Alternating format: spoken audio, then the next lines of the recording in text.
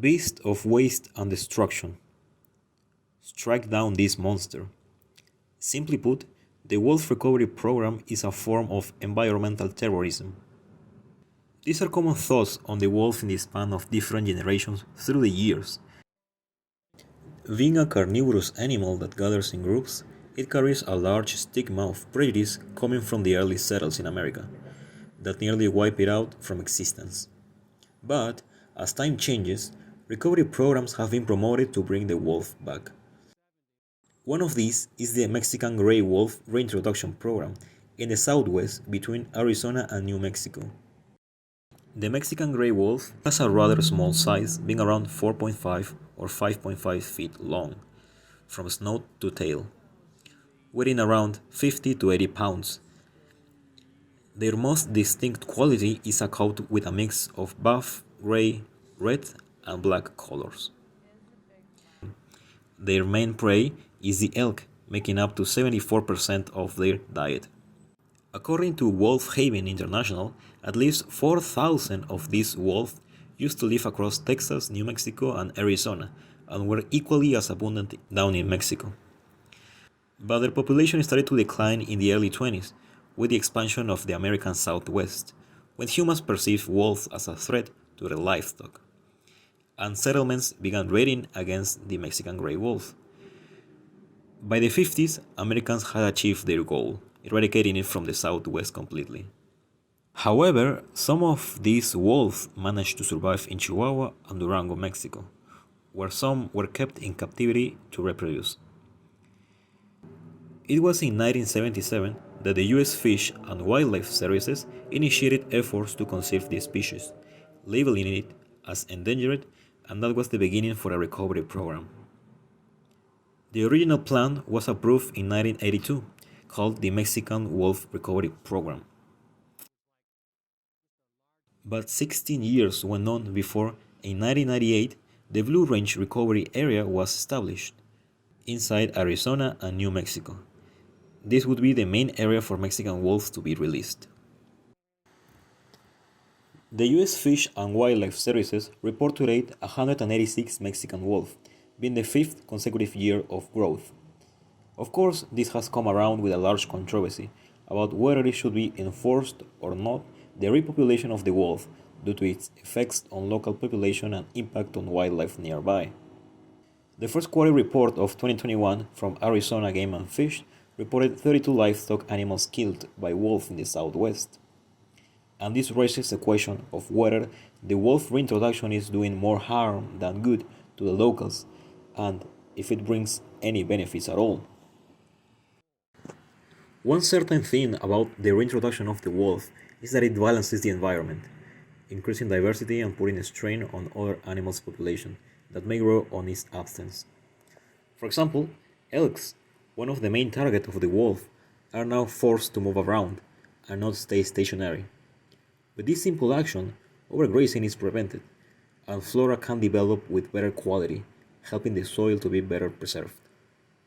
And the same effect can be placed with livestock, now forced to move around.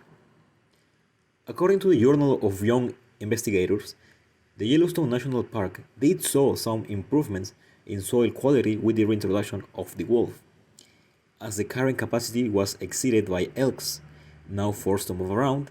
Cottonwood could grow properly, a plant that was also used by beavers to survive in winter. On the same path, wolves also provide food for other animals, as they do not eat their entire prey, which indirectly helps other animals share food too, like bears and scavengers, coyotes and eagles, helping them win food instead of depending on harsh winter to feed themselves. But after mentioning this, we would think the wolf is a killing machine, like in previous decades, killing large numbers of livestock around. Yet, despite this effect, the wolf is not the main livestock killer. In fact, it does a marginal number to it, both in the Southwest and nationwide. More livestock is lost to diseases than any other predator combined.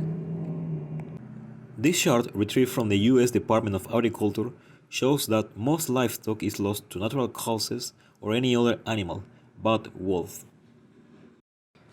In fact, Wolf deaths account for less than 1% of the total deaths in the chart. But what about safety, the biggest concern to wolf and livestock preservation? Well, it is relatively easy to protect against wolf, with tools such as guard dogs, fencing, and so on. Keeps them separated and doesn't represent a huge investment. It could be pretty much like locking your door at night, especially considering the Mexican wolf is small, it cannot jump over a fence. But of course, everything comes at a cost, and in this case, a pretty big one. The first 5 years of the wolf reintroduction program are estimated at a total cost of over $38 million. Some money that could be used in other areas and may not exactly sympathize with the surrounding neighborhoods. Despite very few cases registered of wolves killing humans, there is a spread fear of wolf as an event killing machine. In fact, 58% of citizens in the Greenlee County, Arizona, inside the reintroduction area, are opposed to the wolf reintroduction, saying that now it's more common to have encounter with wolves at nights. Also, ranchers feel threatened by the life and safety of their livestock. Despite low probabilities, as it was mentioned before, wolves are blamed for most livestock losses that ever happen. Yet, the process to prove a wolf kill is long and complicated. According to Brown Parsons, in 2000, they paid $6,000 to ranchers regarding livestock losses to wolves. However, ranchers claim that replacing livestock can be more costly than just receiving a payment for the loss, as it represents years of feeding and taking care of them, which are not accounted in the payment. As a conclusion, it is a controversial situation in both social and political aspects, fueled mainly by fear and anger to protect livestock and human safety. So far, there are 186 wolves that have been counted, and the trend is upwards.